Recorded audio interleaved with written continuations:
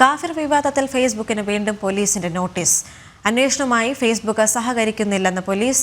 നോട്ടീസിന് അനുകൂല മറുപടിയില്ലെങ്കിൽ കടുത്ത നടപടിക്കും ധാരണ. അമ്പാടിമുക്ക് സഖാക്കൾ, പോരാളി ഷാജി എന്നീ ഗ്രൂപ്പുകളുടെ അഡ്മിന്മാരെ ചോദ്യം ചെയ്യും. വിവരങ്ങളുമായി ആനന്ദ് പുത്തൂർ ചേരുകയാണ്. ആനന്ദ്, എന്തൊക്കെയാണ് വിശദാംശങ്ങൾ? ഈ വിവാദമായ കാഫിർ കേസ് സ്ക്രീൻഷോട്ട് വിവാദത്തിൽ സംഭവവുമായി ബന്ധപ്പെട്ട് കൂടുതൽ പേരെ ചോദ്യം ചെയ്യാനാണ് പോലീസിന്റെ ഇപ്പോൾ തീരുമാനം. ഈ സൈബർ വിഭാഗത്തിന്റെ അന്വേഷണവും ഈ വിഷയത്തിൽ തുടരുകയാണ്. അതേസമയം ഫേസ്ബുക്കിൽ നിന്നുള്ള മറുപടി ഇപ്പോഴും കിട്ടിയിട്ടില്ലെന്നാണ് പോലീസ് വ്യക്തമാക്കുന്നത്.